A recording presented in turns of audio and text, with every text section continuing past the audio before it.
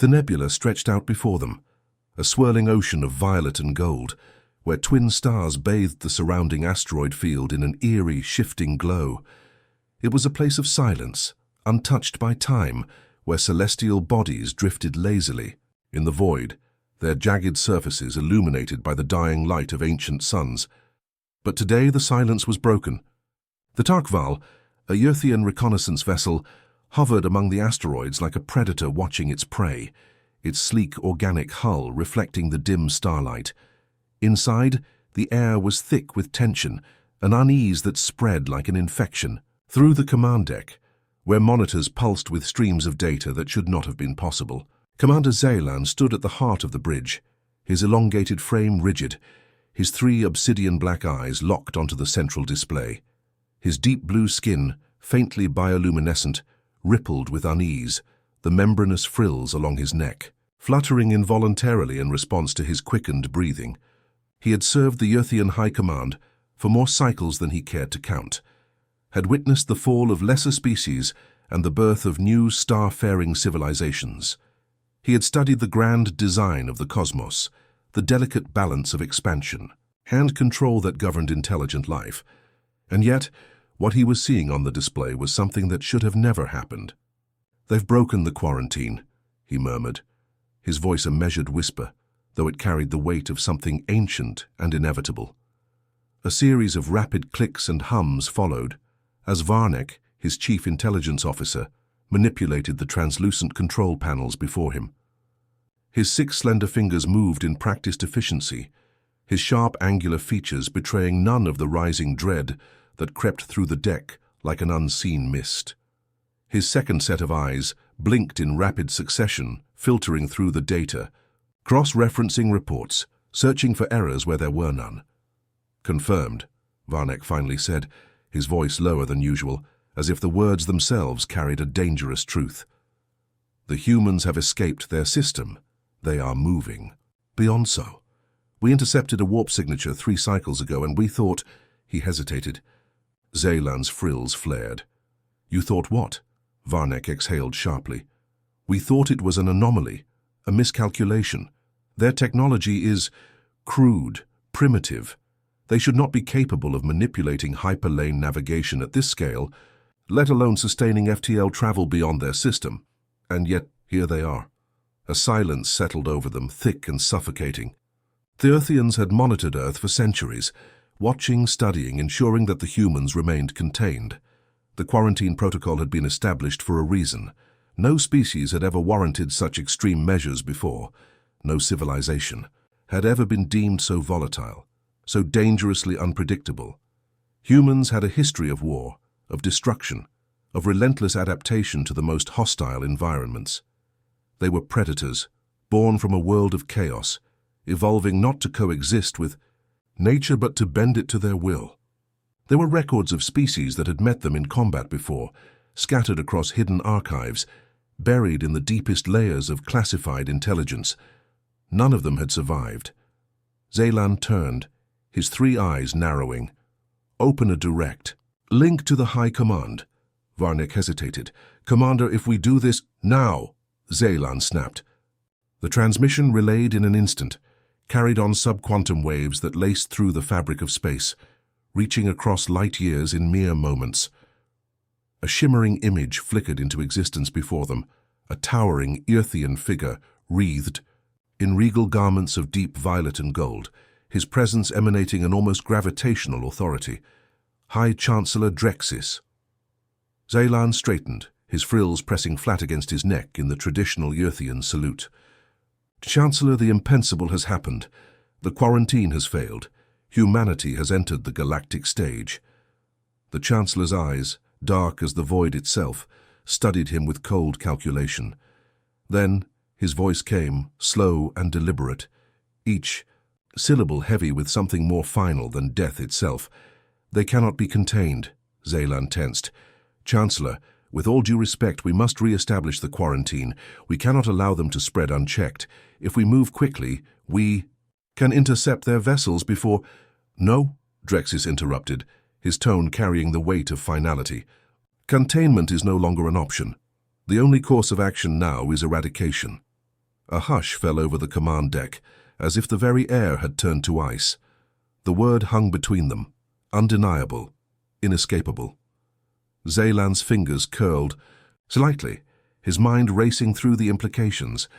A full-scale military operation against an emerging species. The Earthians were not conquerors. They were not warmongers. Their civilization had long transcended the need for war. And yet, this decree, it was absolute. "Understood," Zeylan finally said, his voice measured, though beneath it, something deeper stirred. Something uneasy. The transmission cut, leaving only the hum of the bridge. Zeylan turned back to Varnek. "Begin the mobilization. Summon the fleet. We end this before it begins." Varnek hesitated, then bowed his head slightly in acknowledgement. "And if they resist?"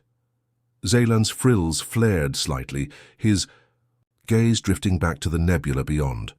The thought gnawed at him, a quiet voice whispering in the depths of his mind, "They won't get the chance." The Earthian fleet moved like a silent storm through the void, their warships gliding across the fabric of space with cold, calculated precision.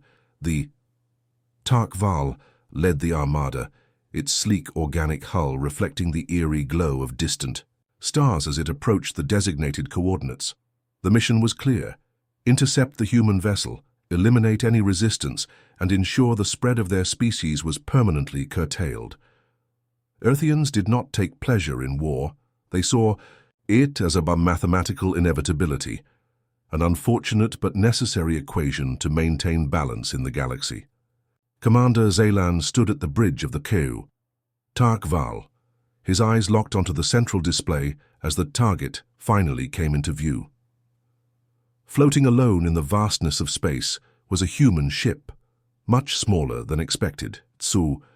Hull was rugged, angular, an inelegant construction of metal plates and external modules, primitive by Earthian standards. No visible weapons, no defensive arrays of any significant power. It was underwhelming. Varnek shifted beside him, his secondary eyes flickering through layers of tactical data. "This is unexpected," he muttered. "Our intelligence suggested humanity had multiple vessels capable of FTL travel. Why only one?" Zeylan exhaled slowly, his frilled membranes pulsing in thought. "Perhaps it is a scout, a test subject to see if the quarantine still holds." Varnek's fingers hovered over the control panels, calculating possible contingencies. "Should we attempt communication?" A flicker of irritation crossed Zeylan's features. What could possibly be gained from negotiation? The High Chancellor's decree was clear. He straightened. "Prepare the gravitic anchors. Disable their ship. If they resist, eliminate them." The Earthian warships moved into formation, circling the lone vessel like predatory shadows. Tachyon dampeners deployed, wrapping the space around the human ship in an invisible net, preventing any chance of escape into hyperspace. They were trapped. The Earthians had done this countless times before, species attempting to expand. Too quickly, empires growing beyond their means, civilizations reckless in their pursuit of dominance. Every single time, the Earthians had won. Zeylan gave the final order: "Open a channel." A sharp, static-laced signal burst through. The bridge speakers followed by a voice. It was human, rough, confident, utterly devoid of fear. "This is Captain Elias Carter of the Horizon's Edge. You sure took your time." Zeylan narrowed his eyes. The tone was wrong. No desperation, no panic, just amusement. "Human vessel, you have violated interstellar containment."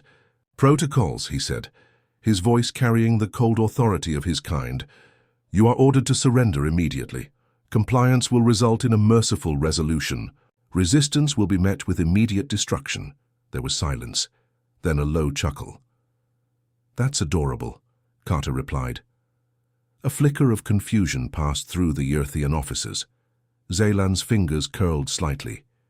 "You do not comprehend your situation. You are surrounded. You cannot escape." Another pause. Then Carter's voice came through again, deliberate, mocking. "Oh, I know exactly what's happening. A single high-pitched alarm blared through the Tarkval. Varnek's head snapped toward the console. Energy spike detected inside their vessel. Unknown origin. Zaylan's eyes widened. They're arming a weapon? The Earthian tactical systems scrambled to process the anomaly. No known human technology should be capable of generating that kind of power signature, and yet the sensors screamed with warnings. A surge of gravitational energy. Too dense, too volatile. Something was wrong. Then, before any order could be given, before the fleet could react, the horizon's edge detonated. A pulse of raw energy erupted outward, a supernova of engineered destruction. The explosion wasn't random. It was precise, contained within a gravitational distortion field, directed inward. A controlled implosion. 3 Earthian warships were immediately caught in the wake, their hulls crushed like paper, under the impossible force. The remaining vessels staggered back, caught off guard, their shields flickering under the shockwave. The human ship was gone. Not obliterated, but Gaiti collapsed into itself, taking its attackers with it. The bridge of the Tarkval descended into chaos. Alarms blared. Officers scrambled to reroute failing systems. Zaylan stood frozen, his mind trying to process what had just happened. They destroyed themselves, Varnek stammered. Zaylan's breathing was shallow. No species had ever done this before. Every race they had encountered fought for survival, clung to existence with desperation. But the humans, they had chosen death as their first response. They had willingly eradicated their own ship, just to take 3 warships with them. The commander turned to Varnek, his voice tight. "Pull the fleet back immediately." Varnek hesitated. "But sir, the humans—" "That was not an act of desperation," Zaylan interrupted, his frills trembling. "That was a strategy." A transmission flickered onto their remaining monitors. A single message played over and over in a calm, eerie human voice. "We knew you were coming." The Tarkval trembled, the shockwave of the human ship's destruction still rippling through the fleet. But the blast had not only claimed 3 warships, it had left something behind. Error messages cascaded across the tactical displays, data streams flooding the command bridge with warnings. The hum of the ship's core faltered, flickering for a moment before stabilizing. But something was wrong. Commander Zaylan stood motionless, his 3 obsidian black eyes locked onto the chaotic flood of information unraveling before him. The Earthian fleet had been through countless battles, had crushed dozens of expansionist species before they could become a threat. And yet, no enemy had ever left such a scar before. "Report," he demanded, his voice sharp. Varnek's fingers moved frantically over the control panels, his secondary eyes darting between layers of corrupted readouts. His bioluminescent membranes pulsed erratically, a clear sign of stress. "It's them," he murmured, barely able to mask the disbelief in his voice. "The humans, the explosion. It wasn't just a detonation. It was an insertion." Zaylan turned his head slightly. "Explain." Varnek's jaw tightened. "Their ship carried a coded payload. When they self-destructed, they transmitted something that breached our networks." He exhaled sharply, eyes narrowing as he read deeper into the anomalies. "It's rewriting core system protocols, not just on this ship, sours across the entire fleet." Zaylan's frills flared. That was impossible. Earthian systems were among the most advanced in the galaxy, built on precision, order, and absolute control. "You're telling me," he said slowly, "that the humans sacrificed their own vessel just to plant a virus in our warships?"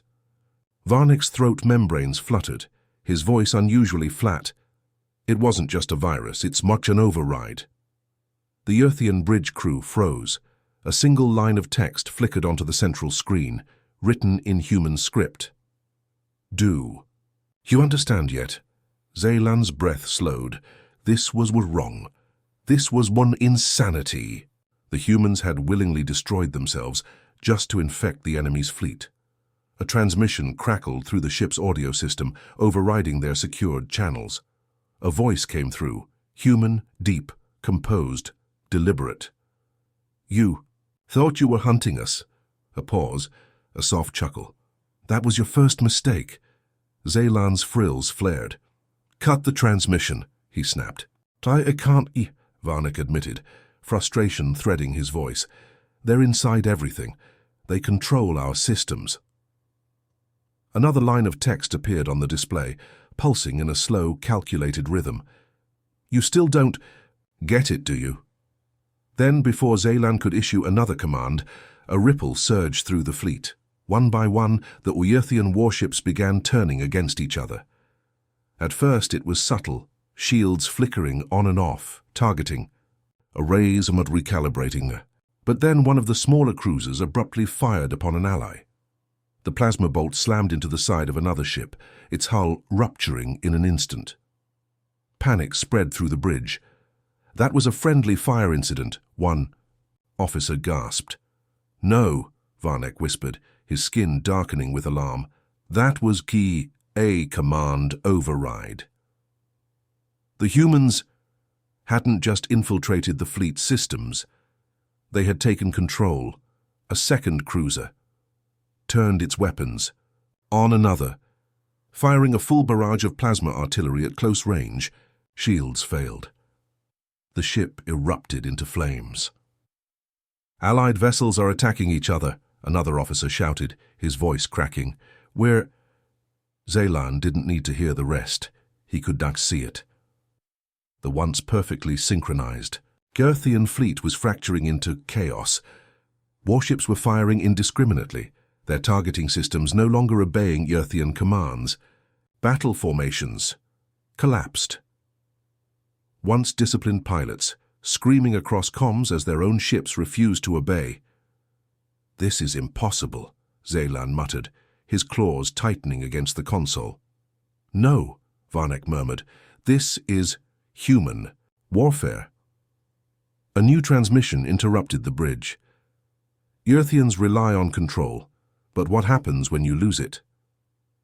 Zaylan's frills trembled as he stared at the devastation unfolding outside. The humans had planned for this. And worse, this wasn't even their real attack.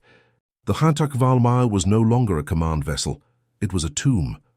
The bridge lights flickered erratically as systems collapsed under the weight of the high-human virus, infecting their networks.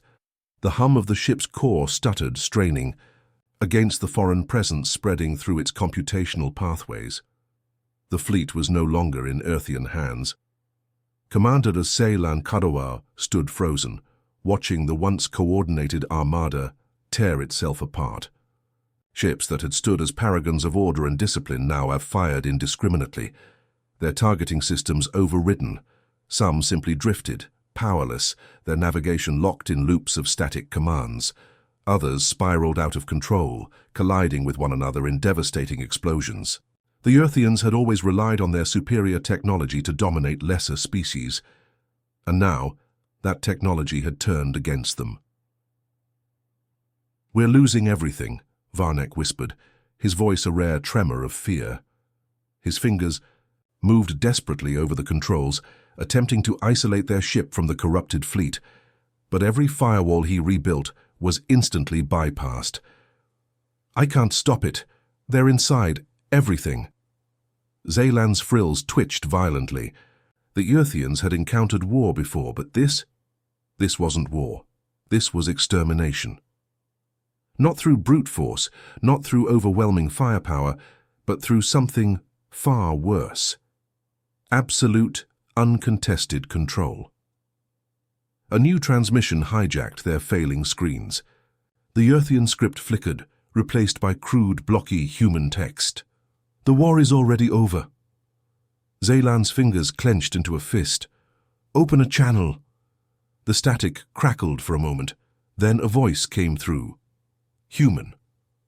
Calm, measured. Not the voice of a species facing annihilation, but one giving an ultimatum. "You expected a battle," the voice said. "That was your second mistake." Zeylan's mandibles ground together. This is not how war is fought. A chuckle echoed through the bridge, a sound so casual, so relaxed. It sent a fresh wave of unease rippling through the Earthian. Officers. That's the problem with you, the human said. You think war is about numbers, about precision, about control. A brief pause, then the voice grew sharper, colder. But war isn't about control. War is about chaos. The Tarkval shuddered. For a split second, every system unfroze a mile, the lights dimming, the engines stalling, before violently rebooting. The bridge displays flashed red, flooding with strings of human code rewriting the ship's very operating system. "Sir!" Varnick's voice was barely above a whisper. "They're overriding our core commands." Zeylan's eyes burned with rage, then cut power to the mainframe. Shut everything down manually. Varnick hesitated. "If we do that, we lose life support, artificial gravity, everything." "Do it!" Varnick's fingers danced over the emergency override. The ship lurched violently as its core systems shut down, plunging the bridge into darkness. For a moment, there was only silence. True silence. The absence of the artificial hum that had accompanied them their entire lives. Then, a voice in the dark. "You still don't understand, do you?" The emergency lights flickered back to life. And that's when Zeylan saw it. The fleet was gone. Not destroyed. Not scattered. Just gone. The scanners, the sensors, the wide-range communication feeds, all blank. The ships that had once surrounded them, the warships that had defined the might of the Earthian Empire, had vanished from every readout, as if they had never existed at all. Zeylan's pulse slowed to an unnatural rhythm. Where are they? No one spoke. The bridge crew stood frozen, their fingers hovering over lifeless consoles. The fleet had been erased. Then, the human's voice returned. "You never asked why we left our home system," the voice said almost conversationally. "Why we suddenly appeared in your galaxy after centuries of isolation." Zeylan's throat was dry. He had never considered it. The assumption had always been that humans were like any other species, a civilization that had simply advanced too quickly, one that needed to be put back in its place before it could upset the balance of power. But now, as he stood aboard his darkened ship, surrounded by nothing but the remnants of a fleet that had ceased to exist, he realized how little they truly knew about humans. "See, Earthian," the voice continued, "you thought we were spreading, expanding, like all the others you've crushed under your boot, but you never stopped to ask the right question." The emergency monitors flickered. A single sentence scrawled across the display in human script. "We weren't expanding." A second later, the message changed. "We were running." Zeylan's breathing hitched. His frills flared in sudden, visceral panic. "Running, running." From what? His mouth opened, a question forming, but the human voice cut. In one last time, with a single chilling statement. "You should have let us run." The bridge of the Tarkval was silent, save for the slow, rhythmic pulse of emergency lights, casting elongated shadows over the frozen crew. The message still flickered on the screen. We were running. Zeylan's frills stood, on edge, his pulse slow but heavy, the weight of those words pressing down on him like the pull of a dying star. Running. The humans weren't expanding. They weren't invading. They weren't breaking containment because they were reckless. They were escaping. The realization sent a fresh wave of unease rippling through the crew. Zeylan felt it in his bones. The quiet terror of a truth that should have been understood far earlier. What were they running from? Varnick's voice was barely above a whisper. No one answered. Zeylan turned toward the scanner arrays, but they were blank. No fleet, no wreckage, just an emptiness, stretching far beyond the reaches of their remaining sensor range. It was impossible, There had been hundreds of warships here only moments ago. They couldn't just vanish unless... A slow, sinking feeling spread through him. What if the fleet wasn't gone? What if it had been taken? "Reboot the deep space scanners," Zeylan ordered, his voice sharp but restrained. Varnek hesitated. "Sir, I don't think we want to see what's out there." "Do it." Varnek's fingers moved stiffly across the console, rerouting power to the long-range sensors. The system flickered to life for just a moment, before a wave of static washed across the screens. It wasn't empty. Something more massive, Chad, was out there, distorting every reading as if space itself refused to acknowledge its presence. Zeylan stepped forward, staring at the distortion, a gaping void in the middle of their scanner range, a black hole of information, swallowing any trace of what lay beyond it. Then the static shifted. A sound, a whisper of interference, not Earthian, not machine, but something else. It rippled through the speakers like a voice speaking through a shattered radio, fragmented, layered upon itself. Wrong in ways no natural sound should be. The crew recoiled instinctively. The Earthians had spent centuries among the stars, had classified thousands of species, had heard the voices of countless life forms. This was not one of them. Then the human transmission returned. "You thought we were dangerous," the voice said, softer now, almost distant. "You thought we were the threat." Zeylan could barely breathe. "You never even saw the real danger." The scanners flickered again. The Starkval trembled, not from an explosion, not from an attack, but from something moving past them. The void in their sensors stirred, something shifting within it, brushing against the edge of known reality like a shadow cast. Across dimensions. Zeylan's claws dug into the console. "Pull us out," he ordered, his voice barely holding steady. "Sir, the hyperdrive..." "Now!" The engines roared to life, straining against something unseen, as if the ship itself. Shah did not want to move. The Earthian vessel had never struggled against the fabric of space before, yet now it was fighting to break free from something it could not perceive. Then, just as suddenly as it had come, the pressure vanished. The scanners cleared. The distortion was gone. The void had moved on. Silence returned, thick and oppressive. The message on the screen blinked one last time before fading into blackness.